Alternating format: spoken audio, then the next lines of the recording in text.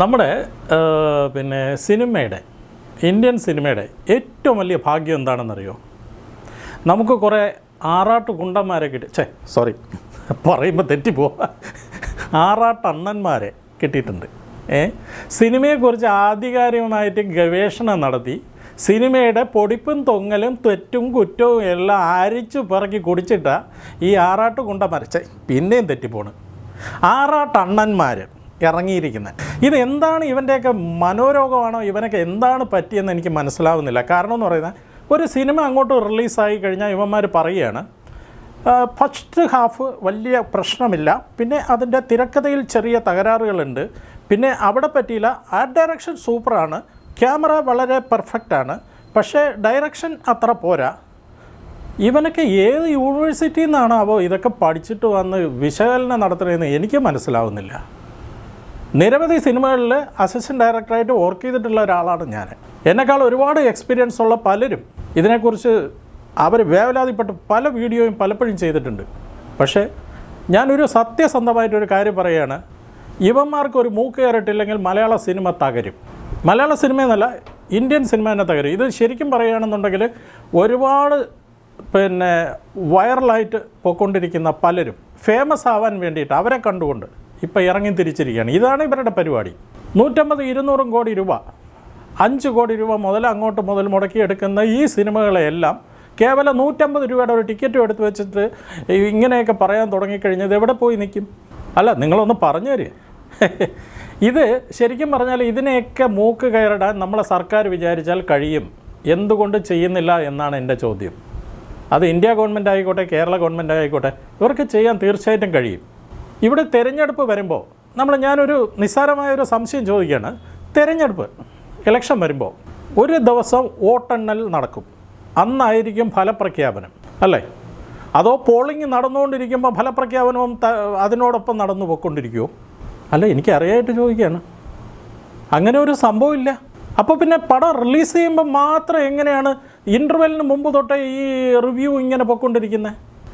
എനിക്കറിയാവുന്നൊരു കാര്യം ഞാൻ പറയാം. ഞാൻ ഒരുപാട് സിനിമകൾ എൻ്റെ കോളേജ് കാലഘട്ടം മുതൽ ഞാൻ ഇങ്ങോട്ട് കണ്ടിട്ടുള്ളത് പല സിനിമകളും നമുക്ക് നല്ല കലാമൂല്യമുള്ള, ആസ്വാദന നിലവാരമുള്ള നല്ല കുറേ സിനിമകൾ ആദ്യത്തെ 1, 2, 3 ദിവസങ്ങളോ ചിലപ്പോൾ ഒരാഴ്ച തന്നെയോ ഓഡിയൻസ് ഇല്ലാതെ തിയേറ്ററിൽ ഓടിയിട്ടുണ്ട്. പക്ഷെ പിന്നീട് ഒരുപാട് വിജയിച്ചിട്ടുണ്ട്.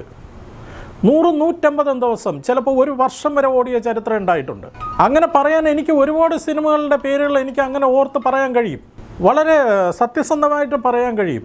ഒരുപാട് സിനിമകൾ ഇത്തരത്തിൽ നമ്മൾ ഏറ്റവും അവസാനം നമ്മൾ നോക്കിക്കുക, ഇവിടെ മലയാളത്തിൽ തന്നെ റിലീസ് ചെയ്ത ചില സിനിമകളുണ്ട്, പേര് ഞാൻ പറയുന്നില്ല.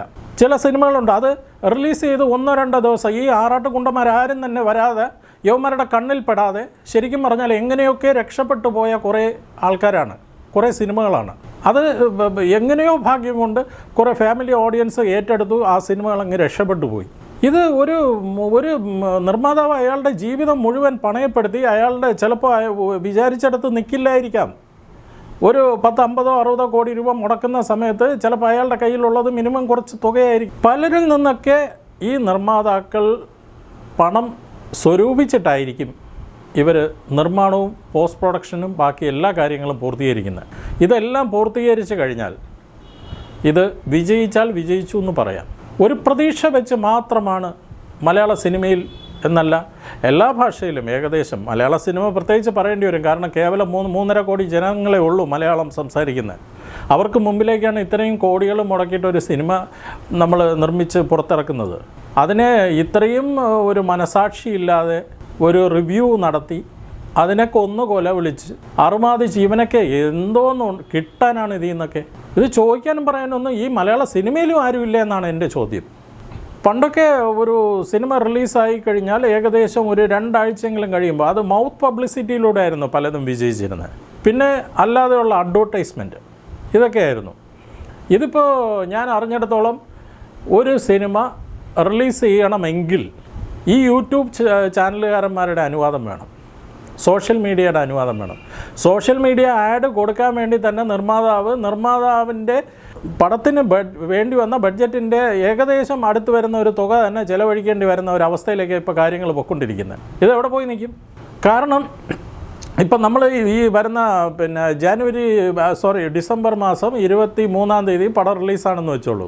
അങ്ങനെ ഒരു അനൗൺസ്മെൻറ്റ് വന്നു കഴിഞ്ഞാൽ യുവന്മാർ പലരും അങ്ങോട്ട് കയറി ചെല്ലുകയാണ്. അവർക്ക് ഇത്ര ഫോളോവേഴ്സുണ്ട്, ഇത്ര ഫോളോവേഴ്സുള്ള ചാനലാണ്, ഇത്ര വ്യൂസുള്ള ചാനലാണെന്നും പറഞ്ഞിട്ട് യുവന്മാരങ്ങ് കയറി ചെല്ലുകയാണ്. ഇൻസ്റ്റയിൽ അവന്മാർക്ക് ഇത്ര ഫോളോവേഴ്സുണ്ട്, യൂട്യൂബിൽ ഇത്ര മാത്രം വ്യൂസ് ഉണ്ട് എന്നൊക്കെ പറഞ്ഞിട്ട് അങ്ങ് കയറി ചെല്ലുകയാണ്. അപ്പോൾ ഇവരുടെ ഇതിൽ ഇവർക്കൊരു ആഡ് കൊടുക്കണമെന്നുണ്ടെച്ചാൽ ശരിക്കും പറഞ്ഞാൽ ഇവരെ കൊണ്ട് ഒരു പബ്ലിസിറ്റി കിട്ടണമെങ്കിൽ ഇവർ ചോദിക്കുന്ന തുക കൊടുക്കണമെന്ന്. അങ്ങനെ എത്ര ചാനലുകാർക്ക് ഇവർ വെറുതെ ഇങ്ങനെ പൈസ കൊടുത്താലേ ഇതിന് പബ്ലിസിറ്റി കിട്ടും. ഇനി നമ്മൾ കൊടുക്കുന്നില്ല എന്ന് പറഞ്ഞെന്ന് വെച്ചോ, ഇവൻ്റെ ആൾക്കാരെ മൊത്തം തിയേറ്ററിൽ കയറ്റിയിട്ട് മൊത്തം നെഗറ്റീവ് പബ്ലിസിറ്റി ആയിരിക്കും. ഇപ്പോൾ 2-3 ദിവസം മുമ്പ് കങ്കുവ എന്ന് പറഞ്ഞ് സൂര്യയുടെ ഒരു പടം റിലീസ് ചെയ്ത സമയത്ത് ഇവിടെ കണ്ടല്ലോ നമ്മളെല്ലാം. എന്തുമാത്രമായിരുന്നു യുവന്മാർ കിടന്ന് അഴിഞ്ഞാടിയത്. വളരെ വൃത്തികെട്ട ഇതുപോലെയുള്ള കുറേ എണ്ണം മനോരോഗികളെന്നോ അല്ല, മനോരോഗിയെന്ന് പറയുന്നില്ല, കാരണം ഒരു മനുഷ്യൻ്റെ ഒരു രോഗാവസ്ഥയാണ്, അതെന്ന് ഞാൻ പറയുന്നില്ല. ഇതൊരു വൈറസാണ്. നമ്മളെ കൊറോണ വൈറസിനേക്കാളും വളരെ ഭീകരമായ ഒരു വൈറസാണ് ഇത്. ഇങ്ങനെ അഴിഞ്ഞാടുകയാണ് കിടന്ന്. ഇതിനെ തീർച്ചയായിട്ടും ഇതിനെന്തെങ്കിലും ഒരു പരിഹാരം അത് ഉണ്ടാക്കിയിരിക്കണം. കാരണം അത് സർക്കാരിൻ്റെ ഭാഗത്ത് നിന്ന് ഉണ്ടായില്ല എന്നുണ്ടെങ്കിൽ ഇത് തകരാൻ പോകുന്നത് ഈ സിനിമ ഇൻഡസ്ട്രിയാണ്. അപ്പം സാധാരണ ജനങ്ങളെ പലരും ചോദിച്ചേക്കാം സിനിമ ഇൻഡസ്ട്രി കിടന്നാൽ ഞങ്ങൾക്ക് എന്താണെന്ന്. പക്ഷേ നിങ്ങളൊന്ന് ആലോചിച്ച് നോക്കണം, എത്ര കോടി രൂപയാണ് സിനിമ ഇൻഡസ്ട്രിയിലൂടെ വരുമാനം കിട്ടിക്കൊണ്ടിരിക്കുന്നത് നമ്മുടെ സർക്കാരിൻ്റെ ഖജനാവിലേക്ക്. ഒന്നുമല്ല എന്നുണ്ടെങ്കിൽ ഇതിൽ ഏതെങ്കിലും നമ്മുടെ മമ്മൂട്ടി, മോഹൻലാൽ തുടങ്ങിയ താരങ്ങളിൽ ആരെങ്കിലും ഒരു ദിവസം അവരുടെ വരുമാനം പൂർണ്ണമായി അങ്ങ് നിന്നുവെന്ന് വെച്ചോളൂ. എത്ര വരുമാനം സർക്കാരിന് അതുവഴി ബ്ലോക്ക് ആവുകയാണെന്ന് നിങ്ങളൊന്ന് മനസ്സിലാക്കി നോക്കൂ, ചിന്തിച്ച് നോക്കൂ. നിങ്ങൾ കേവലം വ്യക്തികളായിട്ട് മാത്രമേ അവരെ കാണുന്നുള്ളൂ, അല്ലെങ്കിൽ താരങ്ങളായിട്ട് മാത്രമേ കാണുന്നുള്ളൂ. അതിന് ഇപ്പുറത്തേക്ക് വലിയൊരു ഇൻഡസ്ട്രിയെ നിയന്ത്രിക്കുന്ന ഒരു വലിയ ശക്തിയാണ് ഇവരൊക്കെ. നമ്മളിപ്പോൾ കുറച്ച് ദിവസം മുമ്പ് പവർ ഗ്രൂപ്പ് എന്നുള്ള ചില വാക്ക് ഇവിടെ ഒരു വലിയൊരു വിഷയമായിട്ട് നമ്മളിവിടെ പറഞ്ഞു കേട്ടു. പക്ഷേ പവർ ഗ്രൂപ്പ് എന്ന് പറയുന്ന യഥാർത്ഥത്തിൽ താരങ്ങളല്ല പവർ ഗ്രൂപ്പ് എന്ന് പറയുന്നത് ഈ സിനിമയെ നിയന്ത്രിക്കുന്ന ഇതുപോലെയുള്ള സോഷ്യൽ മീഡിയ കഴുതകളാണ് പവർ ഗ്രൂപ്പ് എന്ന് പറയുന്നത്. ഇപ്പോൾ നിലവിൽ ഈ വൈറസുകളെ നിയന്ത്രിക്കാത്തിടത്തോളം, ഇത് നിയന്ത്രിച്ച് കൊണ്ടുപോകാത്തിടത്തോളം, ഇത് ശരിക്കും പറയുകയാണെന്നുണ്ടെങ്കിൽ സിനിമയുടെ അന്ത്യം ഇതോടെ സംഭവിച്ചിരിക്കും. കാരണം ഇപ്പോൾ ഏത് സിനിമ ഓടണം, ഏത് സിനിമ ഓടണ്ട, ആരെ സിനിമ വിജയിക്കണം, ആരത് വിജയിക്കേണ്ട, ഇതൊക്കെ തീരുമാനിക്കുക സോഷ്യൽ മീഡിയയിലെ ചില അണ്ണന്മാരാണ്. എന്തൊക്കെ പറഞ്ഞാലും ശരി, ഇവന്മാരുടെ ഈ ഒരു തോന്നിയാസത്തരത്തിന് ഇനിയെങ്കിലും സർക്കാർ തലത്തിൽ നിയമപരമായി ഇവർക്കൊരു മൂക്ക് കയറിടുക തന്നെ വേണം. അത് ചെയ്യാത്ത പക്ഷം തകരാൻ പോകുന്നത് ഒരു വലിയൊരു ഇൻഡസ്ട്രിയാണ്. ഈ ഇൻഡസ്ട്രിയെ ആശ്രയിച്ചുകൊണ്ട് ജീവിക്കുന്ന ലക്ഷോപലക്ഷം ആളുകളുണ്ട്. അവരെല്ലാം ബാധിക്കുന്നതാണ്. മാത്രമല്ല യാതൊരു ഗ്യാരണ്ടിയും ഇല്ലാത്ത ഒരു ഫീൽഡിലേക്ക് വന്ന് ഒരു മിനിമം ഗ്യാരണ്ടിയുള്ളൊരു കഥ തിരഞ്ഞു പിടിച്ചു. ആ കഥ അനുയോജ്യനായ ഒരു സംവിധായകൻ്റെ കയ്യിലും വിശ്വാസമുള്ള കുറേ ആർട്ടിസ്റ്റുകളുടെ കയ്യിലേക്ക് ഏൽപ്പിച്ച് അതിനെ ചിത്രീകരിച്ച് ജനങ്ങൾക്ക് മുമ്പിലേക്ക് തിയേറ്ററിലേക്ക് കൊണ്ടെത്തിക്കുമ്പോൾ അവിടെ ഇത്തരത്തിലുള്ള നെഗറ്റീവ് റിവ്യൂസ് കൊടുത്ത് സിനിമയെ പരാജയപ്പെടുത്താൻ ശ്രമിക്കുന്ന ഏതൊരു ശക്തിയായാലും ശരി, അതിനെതിരെ ശരിക്കും പറഞ്ഞാൽ ശബ്ദിക്കേണ്ടിടത്ത് ജനങ്ങളെങ്കിലും ഇനി മുതൽ ശബ്ദിച്ചു തുടങ്ങണം. കാരണം അതില്ലാത്ത പക്ഷം നമുക്ക് നഷ്ടമാകാൻ പോകുന്നത് സിനിമയുടെ ഭാവി തന്നെയാണ്. അതുകൊണ്ട് ഇതിനൊരവസാനം വന്നേ തീരൂ. നമ്മൾ ഒരുപാട് കാര്യങ്ങളൊന്നും ഇനി കൂടുതൽ ഞാൻ പറയാനാണെങ്കിൽ ഒത്തിരിയുണ്ട്, പക്ഷേ ഇത്രയും ഇപ്പോൾ തൽക്കാലം പറയുന്നുള്ളൂ. പക്ഷേ എനിക്ക് ദയവ് ചെയ്ത് ഈ ഒരു കാര്യത്തിൽ പറയാൻ ഇത്രയേ ഉള്ളൂ. നിങ്ങൾ ആകുന്നത്ര ഈ റിവ്യൂസിനെ ശ്രദ്ധിക്കാതെ തിയേറ്ററിലേക്ക് ചെല്ലുക, സിനിമ കാണുക. റിവ്യൂസ് നോക്കാനേ പോകരുത്. നോക്കാതെ സിനിമ കണ്ട് വിലയിരുത്തിക്കൊണ്ട് നിങ്ങൾ നല്ല സിനിമയെ തീർച്ചയായിട്ടും പ്രോത്സാഹിപ്പിക്കണം. അത് തന്നെയാണ് വേണ്ടത്. കാരണം തെലുങ്കിൻ്റെയും കന്നഡയുടെയൊക്കെ വിജയം നമുക്ക് കൺമുന്നിലുണ്ട്. ഇപ്പോൾ ഹിന്ദി സിനിമയെ പോലും പിന്തള്ളിക്കൊണ്ട് ഒരുപാട് മുകളിലേക്ക് അവർ കയറിയിട്ടുണ്ട്.